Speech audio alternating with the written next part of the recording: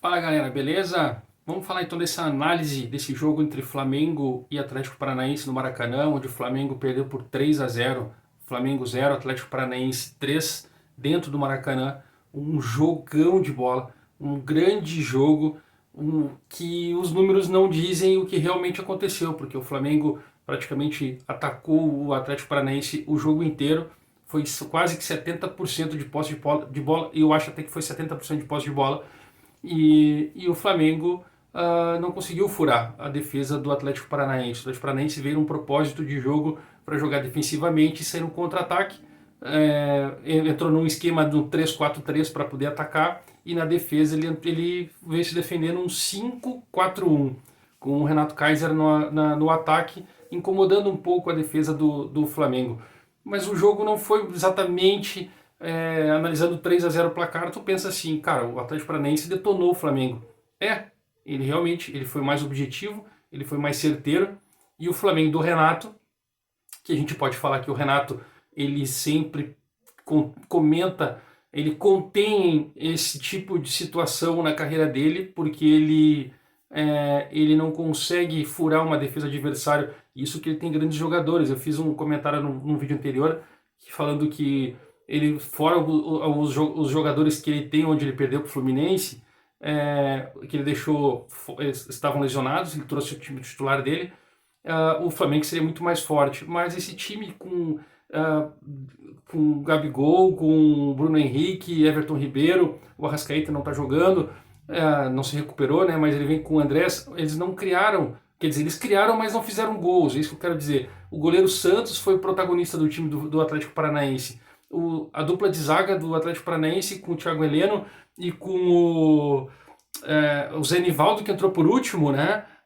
E o Pedro Henrique, os três praticamente foram os caras que controlaram o Atlético. O Atlético, não, o Flamengo no seu sistema de agressividade. E o Flamengo passou o primeiro tempo inteirinho do primeiro tempo atacando pelo meio. E as coisas foram acontecendo. Com 7 minutos, teve um contra-ataque do Atlético que ele entrou na área, para vocês terem uma ideia. Os 7 minutos foi o primeiro lance de jogo. O Felipe Luiz acabou chutando o pé do Renato Kaiser dentro da área. O Renato Kaiser estava quase, praticamente dominando a bola. Pênalti para o Atlético Paranaense, 1-0, gol do Nicão. O goleiro Diego Alves até foi em direção à bola, mas não conseguiu pegar. E aí o Atlético recuou mais as linhas ainda. Ele desceu, ficou fazendo e praticamente em cima da grande área, a primeira linha de marcação, com 5 homens e os outros 4 na frente. Quando dava um contra-ataque, e nem era um contra-ataque tão veloz assim, ele acertava os passes. É diferente de tu pegar e colocar um velocista que nem o próprio Michael do Flamengo. Não, ele dominava, virava e lançava a bola no tal ponto futuro onde chegava o outro jogador do Atlético. Pra vocês terem uma ideia, 13 minutos, o Arão perdeu o controle da bola, e o Kaiser, eu fiz umas anotações aqui, ele tentou arrancar e tomou o amarelo. Ali tu já começa a entender que o Flamengo estava preocupado com a situação. Com 13 minutos, o Arão perdeu uma bola no meio entre a grande área e o grande círculo, ele perdeu uma bola dominada, quase que ele toma o gol. E aí o que aconteceu? Com o Flamengo, ele vai começa a fazer faltas, no caso, porque o Renato Kaiser ele começa a ser agressivo, tentar dividir todos os lances e acaba sofrendo o maior número de faltas pelo time do Flamengo. E aí, lembrando as situações ocorridas durante a partida, o Flamengo acaba sendo dominando o jogo inteiro, o primeiro tempo, mas sem conseguir agredir. O Flamengo não consegue chutar dentro da área, ele não consegue criar para invadir dentro da área. E aí ele começa a alçar bolas dentro da área para fazer aquela jogada lá no segundo pau, que o cara cabeceia e joga para dentro da área para poder pegar um segundo lance e a zaga desarrumada. Mas o Atlético jogou com 5 caras dentro da área.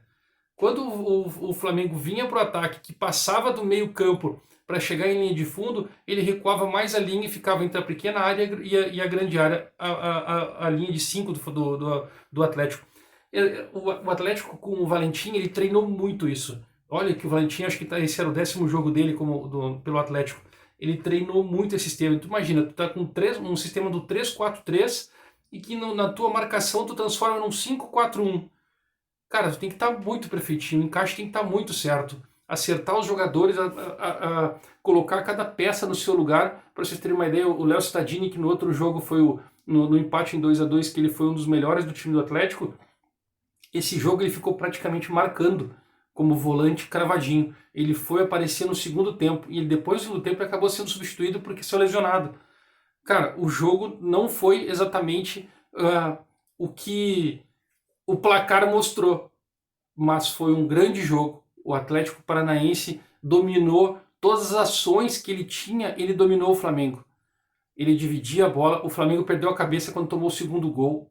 O Renato, no primeiro tempo, quando terminou o primeiro tempo, pra vocês terem uma ideia, o Flamengo estava com um só cara marcando, o Felipe Luiz marcando, e o Renato deixou o Felipe Luiz atrás, no grande círculo, e o time do Flamengo todinho no campo adversário. Ele botou o Rodrigo Caio e o Léo Pereira para poder sair jogando, para armar jogada. E aí, num lance de contra-ataque, que saiu o segundo gol do Flamengo, do Atlético Paranaense, saiu o segundo gol do Atlético Paranaense, num lance que estava tudo desarrumado. Aí ele volta para o segundo tempo, ele organiza do sistema defensivo, daí ele bota todo mundo corretinho, cada um no seu lugar. Os dois zagueiros, laterais nas pontas para poder atacar, fazendo, fechando, né, protegendo o seu campo, mas encurralando o Atlético Paranaense. O Atlético Paranaense cravadinho, no 5-4-1 ali esperando, aí entrou o Michael no lugar do Diego e fez aquela correria, que ele bate e volta, drible, vai para um lado, corre para o outro. Ele fez uma jogada plástica, limpando todo mundo, chegou na frente da área, foi chutar, o Santos defendeu, botou a bola na trave e a bola saiu. Cara, o Santos foi o cara do jogo. Não tinha, o Flamengo podia tentar ali mais 10, 15 minutos, não ia fazer gol. Ele não ia fazer gol, porque o Renato não conseguiu criar um sistema que furasse o sistema defensivo do Atlético Paranaense. O Renato não treinou isso, ele não treina isso. Ele é o cara que ele dá aquela importância para o jogador, ele passa confiança para o jogador, e nessa parte final do ataque do time dele, ele quer que a individualidade do jogador apareça. Então ele está muito baseado no entrosamento de toda essa equipe, de todos esses jogadores, para criar as oportunidades de gol. Algumas equipes que jogam contra o Flamengo dão espaço e tomam gol. O Atlético Paranaense fechou dos espaços e ficou quietinho na dele. Ele exatamente sabia como que ia ser feito os ataques e esperou. Como ele estava alçando bola no primeiro tempo, ele fechou a casinha.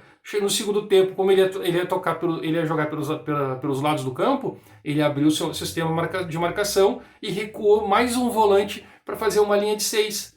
E aí ele ficava com 3, até que saiu a expulsão do rapazinho com 34 minutos, ele recém tinha entrado, foi expulso lá, fez uma entrada forte no Kennedy, não precisava fazer aquilo, mas mesmo assim, depois daquilo dali, entrou o zagueiro o Zé Nivaldo, ele criou a jogada para o terceiro gol e fechou a tampa do caixão, como a gente gosta de falar.